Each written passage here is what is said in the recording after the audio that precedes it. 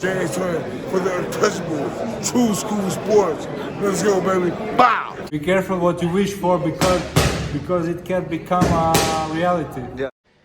The untouchable True School Sports Empire proudly presents something the boxing game's missing. Hey, what's going on? It's your boy BT, and I came here to talk some boxing with the thousands of True School Sports subscribers. Alright, so I've done a lot of videos like these over the years when Ring Magazine makes interesting updates to their pound for pound list. You know, Ring Magazine these days, they are like owned by Turkey Al Sheik, and you know, I don't like their social media because they use that same stupid song in all their posts. You know that song that's like da, da, da, da, da, da, da, da. I hate that song because it's Ring Magazine. But anyway, I gotta give Ring Magazine some credit because I think in seeing this recent update, what it lets me know is that Turkey doesn't have as much of a, at least I think Turkey doesn't have as much of a say in the pound for pound rankings as I initially thought, because this is a bit of a shocker to me. They've updated the rankings, and we have a new guy on the pound for pound list for Ring Magazine. All right, so the now number 10 pound for pound fighter on Ring Magazine is none other than the Mexican monster himself, David Benavidez. Yes, David Benavidez has entered the Ring Magazine pound for pound list. But you know what? Look, a lot of people would say they don't agree with Benavidez being a pound for pound top 10 fighter because, you know, he hasn't really established himself as the guy at light heavyweight. He hasn't been proven to be a legitimate champion at light heavyweight. But through no fault of his own, you know, Benavidez and Bivol, they're having the damn AIBA World Championships where neither one of them can actually separate themselves in a fight and show that this one is clearly better than the other. So they're gonna have a trilogy. That he's being held up by that. You know, Turkey kind of blocked him and Bivol fighting each other, so that happened to him. Wasn't able to get the Canelo fight. But you know, you look at recent fights, recent outings. Look at the guys he's been fighting over the last 4 or 5 fights. Caleb Plant, you know, world champion, one of the top super middleweights in the world, beat him pretty clearly. Demetrius Andre, 32-0, two-division champion. A guy that Canelo Alvarez really wasn't interested in fighting too much. Beat him relatively easily. Very, very easily, actually. Beat him. Moved up, fought an older Gvozdyk, but still, Gvozdyk has still only lost better BF. First fight at light heavyweight, beat him. Then he fought Dan Morrell Jr., another guy Canelo Alvarez, and wasn't really interested in going after, and beat him. So you look at his resume, there's a lot of substance on his resume. There's a lot of, you know, he's doing a lot of talking in a great way in the ring. And I think that, for me, I got no problem with him being on the pound for pound list. I think he definitely deserves it because Benavidez, he talks like a fighter, he walks like a fighter, he acts like a fighter, and when he gets in the ring, he fights every bit like a fighter, you know? No bullshit, down to fight anybody.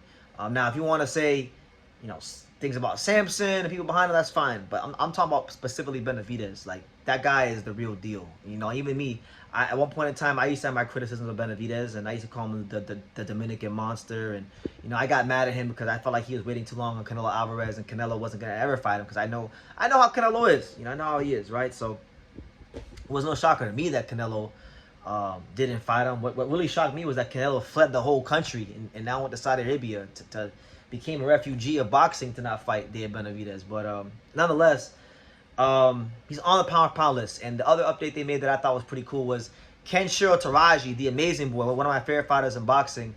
They bumped him up from number 10 to number 9, which I thought was great because, you know, personally, I've got Kenshiro 7, but the fact that they actually boosted him up, that's good. I like that. I'm here for the Kenshiro, you know, appreciation in boxing because he definitely deserves it. He's been one of boxing's true champions for many, many years, and now it's finally great to see that, apart from like Inoue and Nakatani, like he's starting to get some critical acclaim. So yeah, honestly, I've had some gripes with the Ring Magazine pound for pound list over the years, but I think right now it's as solid as it's ever been. You know, I think it's not like 100% the way I would have, but these lists normally aren't.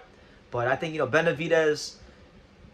I think Benavidez deserves to be number 10 than somebody like, you know, Tank or Shakur or Davin or, you know, just those guys that always get, or even like a T.O., you know, because these are guys that I see on the lower parts of a top 10 pound for pound list. And listen, all them guys at 135 that get all this hype and they call the Four Kings, they need to go actually do something for once and actually get back on the list, you know. T.O. would be on the list, but, you know, he lost to Cambosos and he hasn't really done anything too sensational as of late. Maybe if T.O. beats like Jaron Ennis, then maybe he would definitely get back on the list if he beats a Jaron Ennis. I'll tell you this: if there was one guy from the top 10 that I would take off Canelo Alvarez. He definitely has the resume. If we're just going off resume, he's top 10. But recently, though, like, he's fighting cream puffs. He's fighting William Skull. He can't cut the ring off of William Skull. He's taking Edgar Berlanga the distance, can't stop him. Taking John Ryder the distance, can't stop him. Like, he's got a pound-for-pound top 10 resume, one of the best resumes in the sport amongst active fighters. But in the last year and a half, 2 years, Canelo Alvarez has left probably more to be desired than any current fighter currently ranked on the Ring Magazine pound-for-pound list. So for me, I know people don't like it, but he wouldn't even be on the list. I think, you know, they're being fair at number 8 because I know a lot of people like to put Canelo Alvarez higher. Even I have Canelo Alvarez higher on my own personal list, but if I'm being fully objective, if I'm not just being out of respect for what he's did in the past, Canelo Alvarez would be taken off because he's not really performing up to the standard of a pound-for-pound fighter, and he's fighting straight cream puffs. So that being said, yeah, that's the latest update. The Mexican Monster finally gets some critical acclaim and the love he deserves as the number 10 ranked pound-for-pound fighter in boxing. So what do you guys think about that? Do you guys think that that's crazy? Do you think that it's about time? What do you guys make of Dave Benavidez now being recognized by the Ring Magazine as a top 10 pound-for-pound fighter? And if you have a pound-for-pound list yourself that you keep for yourself, where do you have Benavidez ranked on your own personal pound-for-pound list? And if he's not on your pound-for-pound list, you know, what do you think he has to do to get on your pound-for-pound list? Leave your comments down below. Make sure you guys take the time to subscribe. And like I say in every single one of these videos, you can love me or you can hate me, but I'm just a kid from Daniel. So until next time, take care, guys. Thank you for watching another video on the untouchable True School Sports Empire. I'm in the fight capital of the world, Las Vegas, Nevada, and we got a monster in town. For more great boxing content from America to Japan and everywhere else in between, make sure you guys subscribe, stay tuned, and keep it locked.